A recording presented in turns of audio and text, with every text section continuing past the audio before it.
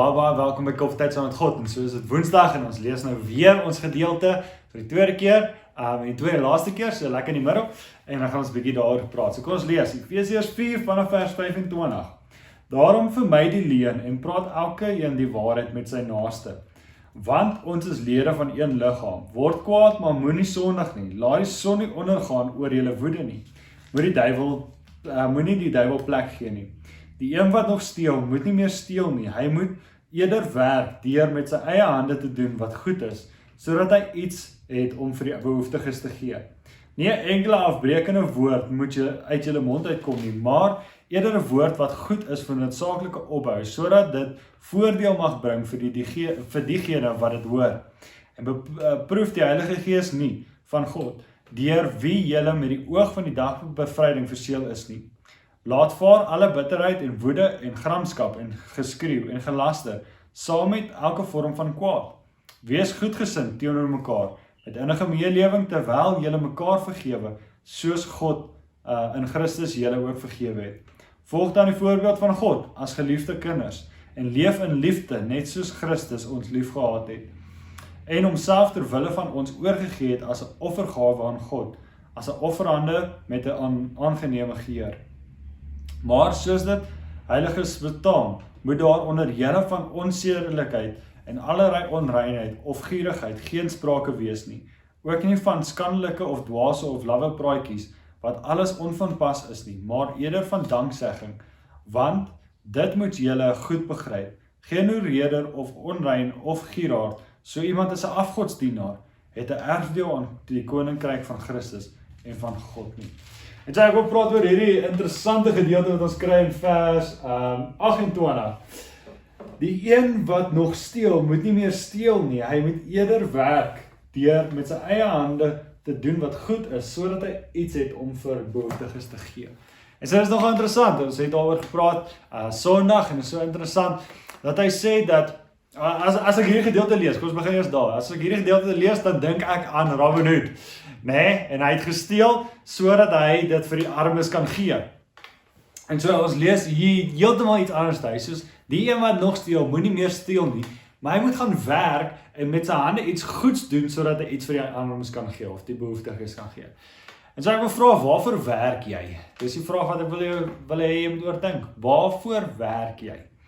En so, ons kan werk vir 'n klomp verskillende redes. Ons kan werk vir ons eie wins, ons kan werk vir ons kinders se toekoms, ons kan werk sodat ons net aan die lewe kan bly, en dat ons nie nou God ontmoet nie. En so, daar is verskillende redes hoekom ons kan werk, en soos wat ek Sondag ook gesê het, ek dink God roep ons om te kom verander in gedagtes ook rondom dit. Ons moet kom en gaan werk met die idee dat ons dit vir God doen. En hoe kan God hierdie gebruik? Een van die teksgedeeltes, ek weet of ek nou dadelik gaan kry, ek sal dit onder op die skerm sê, is die ergens in Matteus. Ek dink dit is Matteus 16 of 13 of daar ergens, waar Jesus 'n storie vertel van 'n oneerlike bestuurder. En so die storie gaan oor, hierdie ou het klomp goed, en hierdie bestuurder gebruik het tot sy eie wins, en hy kom agter, die eienaar kom agter, en hy vra vir die bestuurder, hoor jy, ek soek nou rekenskap van jou, en vir my alles gee wat jy het, en dan maak hy plannetjies oor, hoe gaan hy te werk gaan, as hy nou nie meer werk het nie, en al hierdie goed, en so, en die gedeelte is baie interessant, en baie weird, want Jesus kom tot 'n baie weird conclusie, gaan lees dit vir jouself. Maar wat ek, die dag toe ek dit gelees het, wat ek, die gedagtes wat my opgekom het is, ek is net die bestuurder van God se goed. En so alles wat ek het, alles wat ek kry, hierdie foon, hierdie lig wat ek gebruik, hierdie rekenaar waarop ek edit, my maandelikse salaris wat ek ontvang van die gemeente af, die kar wat ek het, alles, letterlik alles, hierdie klere wat ek het, hierdie mic, my ring, al hierdie goed, is nie myne nie, ek is nie die eienaar daarvan nie. En God is die eienaar daarvan. Maar ek is die bestuurder daarvan. God gee dit vir my en sê, Stian, hierso is 'n gedeelte van my goed. Hier's 'n gedeelte van my possessions. Hier's 'n gedeelte van my geld, hier's 'n gedeelte van my besittings, al hierdie goed. En ons glo tog dat alles aan God behoort, né? En so hier's 'n gedeelte daarvan. Stian bestuur dit vir my. En so wanneer ons dink aan dit, en as ons dink met daai mentaliteit, dan verander alles. Dan wonder ek, het ek regtig nog 'n baadjie nodig? Ek het 'n baadjie, het ek regtig nog 'n baadjie nodig? Ek het 'n laptop, het ek regtig nog 'n laptop nodig. Ek het die nuutste iPhone. Of ek weet nie of dit meer die nuutste is nie, maar het ek 'n upgrade nou nodig? Het ek nog een nodig? Het ek nou die nuwer een nodig? Ek het 'n lig hierso. Ek sal graag nog een wil hê, maar is dit nou noodsaaklik? En so my finansies, die geld wat God vir my elke maand gee of leen. Ek dink ek is 'n beter woord om te gebruik om hierdie te beskryf. Die geld wat God elke maand vir my leen om te bestuur. Wat is die beste of die verantwoordelikste manier om daai geld te bestuur? Is dit verantwoordelik om al daai geld op myself te spandeer? Is dit verantwoordelik of is dit die beste manier om dit te bestuur deur alles net vir myself te hou en te doen waarvoor ek net lus is?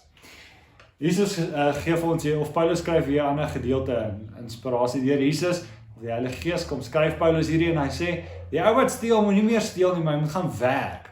Iets goeds doen met sy hande, sodat hy vir homself baie goed kan kry, sodat hy ryk kan word, sodat hy klomp goed die nuutstes kan hê. Nee, hy sê sodat hy iets vir die behoeftiges kan gee. En so God beskryf dit soos die krag wat hy het, die intellect wat hy het. Ek bedoel, skelms is slim mense, nê? Ons kan net definitief daaroor stry nie. Skelms is slim mense. Hy sê maar daai wysheid wat God vir hom gee, daai intellect wat God vir hom gegee het, die energie en die krag wat God vir hom gegee het elke dag, mag hy dit gebruik om iets goeds te doen met sy hande, hoe ook al dit lyk, sodat hy geld kan kry of sodat hy iets kan kry en dat hy daai gebruik, dat hy daai bestuur sodat ander mense ook daarvan uit kan geniet. En so dit is 'n baie challenging gedagte julle, dat niks wat jy het is joune nie. Ek bedoel, ons kan argumenteer, ek werk vir my geld. Waar kry jy die energie? Waar kry jy die tyd? Waar het jy die krag en die lewe gekry om op te staan om die dag te gaan werk of daai maand te gaan werk? Wie het vir die tyd gegee? Ons lees aan God se woord dat wie kan dis Matteus 6 dink ek ook nog. Wie kan tot sy lewe 'n sekonde toevoeg? Hy sê niemand kan dit doen nie. Daar's nie een persoon wat kan sê ek gaan hierdie week leef nie. Ek gaan hierdie video kan klaar kyk nie. Ek gaan Vrydag se video kan sien nie. Daar's niemand wat enigiets soos dit kan sê nie. Want ons kan nie selfs 'n sekonde by ons lewe toevoeg nie.